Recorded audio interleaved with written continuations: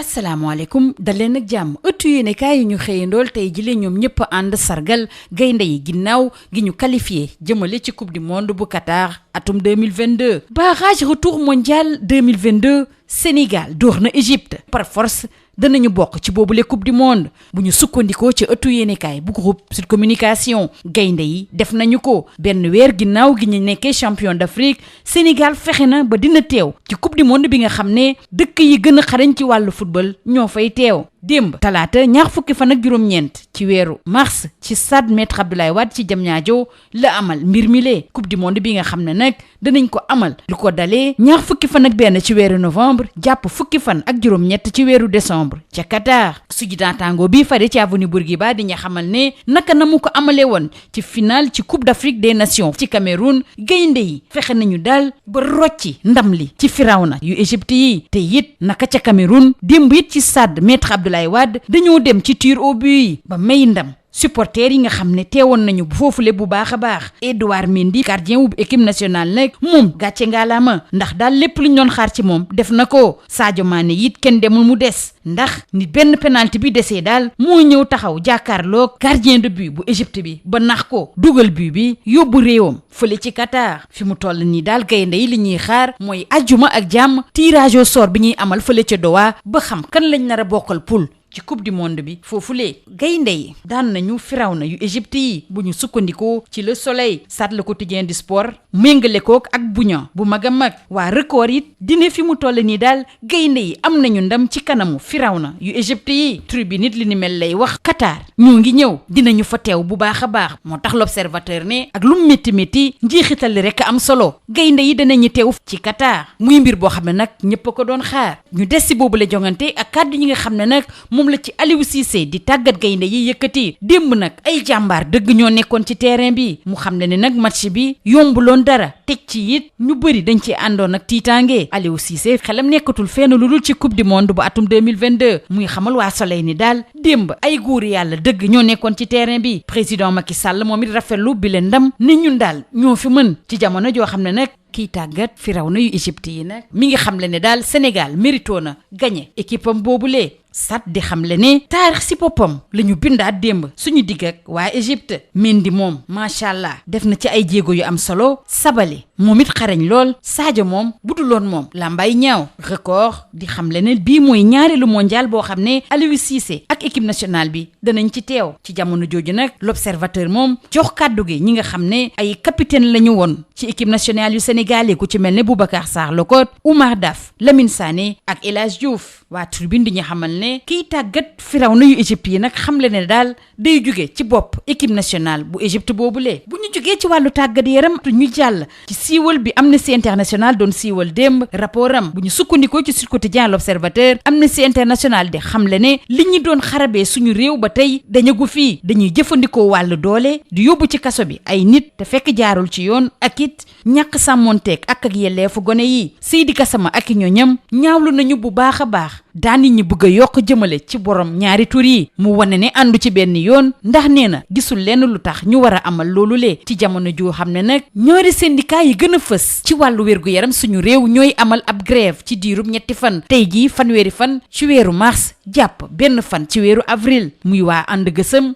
ak fédération des syndicats de la santé fas yéene boole seeni doole ngir mën a saafara seeni tawat ñu jàll ci wàllu politique ak wàllu observateur bi ñuy waxtaanee taxawaay bu bees ci wàllu wi bu Idrissa Seck bi jiite parti bi di réew mi ginnaaw lajj ci élection yu ñaar fukki fan ak ñett ci weeru janvier bi ñu génn dafa jug teem ngir jooyante mbir yi Idrissa Seck door na di daje ay responsable partem boobule ngir ñu gën a taxawaat Idrissa Seck nag dafa amal ay njuumte yu bëree bëri moo taxi daal ngir mu mën a teguwaat ci wàllu politique di yomb dara muy gis-gisu professeur Moussa Diaw di jongale ak gëstukat ci wàllu science politique ci université Gaston Berger bu Ndar Géej ñu des ci Ndar Géej ci boobule université desit ak waa L'Observateur dellu siwaat ci faatu bakkan Seynabou Ka Diallo am na benn chauffeur boo xam ne dañu ko teg loxo li ko waral moo jàppale étudiant bi faat bakkanu Seynabou Ka Diallo ngir ñu génne néew bi foofu la ci université yóbbu ko ci Ndiawdoune te waa brigade de recherche teg ko loxo balaa ñu koy gën a déglu ci mbir mi nag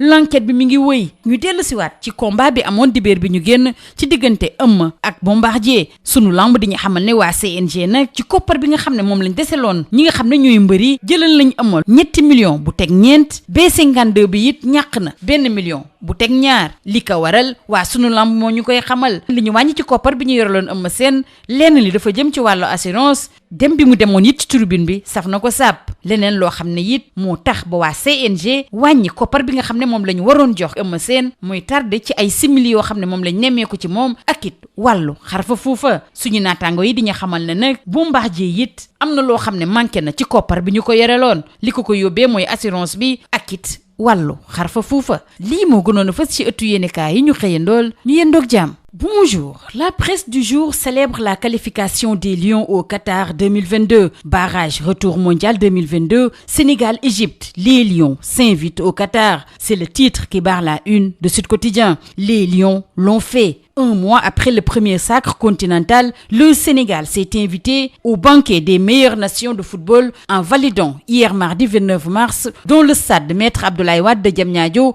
son ticket pour la Coupe du Monde 2022 qui se jouera du 21 novembre au 18 décembre prochain au Qatar. Le quotidien du groupe Sud Communication renseigne que comme lors de la finale de la Coupe d'Afrique des Nations au Cameroun, les Lions ont littéralement arraché la victoire face aux pharaons d'Égypte. Il a fallu recourir à l'épreuve des tirs au but pour s'imposer 1-0 et 3-1 et délivrer le bouillon public venu pousser la bande de Sadio Mané à la victoire. Edouard Mendy, le portier, a été décisif et a joué sa partition. Et puis proposé au dernier penalty, Sadio Mané ne tremble pas lui et délivre le peuple sénégalais en trompant le portier égyptien pour envoyer son pays à la Coupe du Monde au Qatar. Le Sénégal tenait bien son rang de champion d'Afrique et attend de connaître ses adversaires lors du tirage au sort qui aura lieu ce vendredi à Doha. Les Lions décoiffent les pharaons, c'est le titre qui barre la une du Soleil, qui informe que le Sénégal valide son billet pour le Qatar. Les champions d'Afrique seront au mondial qatari, renseigne ça le quotidien du sport qui parle de cerise sur le gâteau. Alors que pour record, les Lions s'offrent encore les pharaons. Mieux vaut Qatar que jamais, intime conviction de l'observateur, qui revient sur cette rencontre entre le Sénégal et l'Égypte. Vainqueur de l'Égypte au tir au but, Qatar, nous voilà, souligne Tribune. Et au chapitre des réactions, Aliou Cissé confie à nos confrères que sur le terrain, il y avait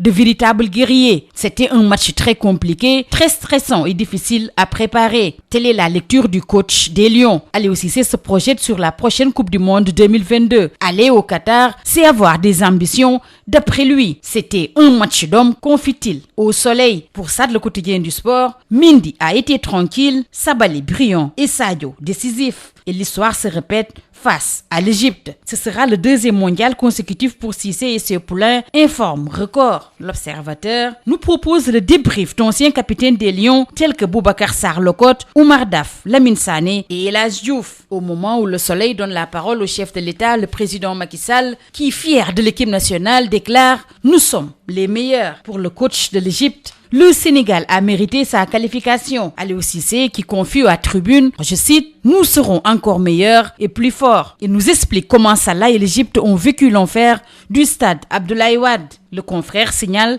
que le coach égyptien annonce son départ de l'équipe nationale égyptienne. Les confrères ne manquent pas de relever la partition réussie du 12e Gaïndé qui a poussé jusqu'au bout l'équipe nationale. Recours excessif à la force, arrestation arbitraire, non-respect des droits des enfants, telles sont entre autres les violations qui persistent au Sénégal selon Amnesty International qui a publié hier mardi 29 mars son rapport annuel. Dans celui-ci, souligne Sud Quotidien l'Observateur, l'organisation est revenue sur des remarques qui ont toujours été faites au Sénégal. C'est ainsi que l'organisation dénonce les atteintes aux droits et libertés au Sénégal en 2021. Sud Quotidien et l'Observateur signalent que Seydi Gassama et compagnie dénoncent la criminalisation voulue de l'homosexualité et s'opposent à cette initiative totalement injustifiée selon l'organisation. Au moment où l'on va vers une unité d'action pour des acquis substantiels, les 30, 31 et le 1er avril prochain, les grands cadres unitaires des syndicats de la santé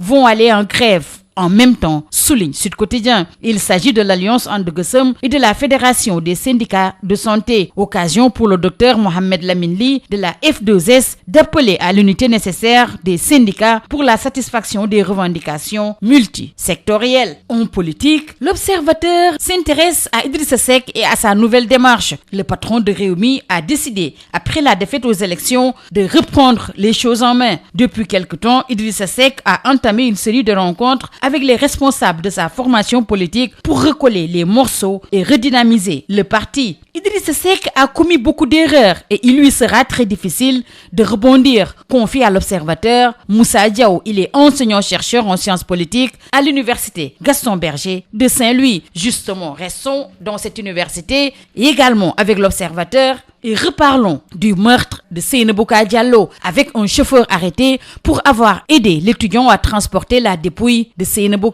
Diallo. Et c'est la brigade de recherche qui l'a arrêté. En attendant son audition, l'enquête suit son cours selon l'Observateur et les membres de la famille de l'étudiante, grâce à la brigade de recherche de la gendarmerie de Saint-Louis, ont pu faire le deuil de leur fille. Terminons par la lutte avec Sunu Lamb, notamment avec les sanctions financières suite au combat du dimanche entre Eumeu Sène et Bombardier. Le CNG charcute Eumeu de 3,4 millions de francs CFA et le B52 de 1,2. Eumeu Sène a perdu cette somme pour divers motifs. L'assurance lui a coûté 200 000 et également son passage à la tribune alors que c'est interdit par le règlement. Selon le CNG, le dépassement mystique lui a également coûté cher, mais également son retard de 47 minutes. La pilule est moins amère pour Bombardier selon Sunu Lamb. Lui aussi a perdu 1,2 million de francs CFA pour l'assurance et pour un dépassement mystique. C'est tout. À vos journaux et très bonne lecture.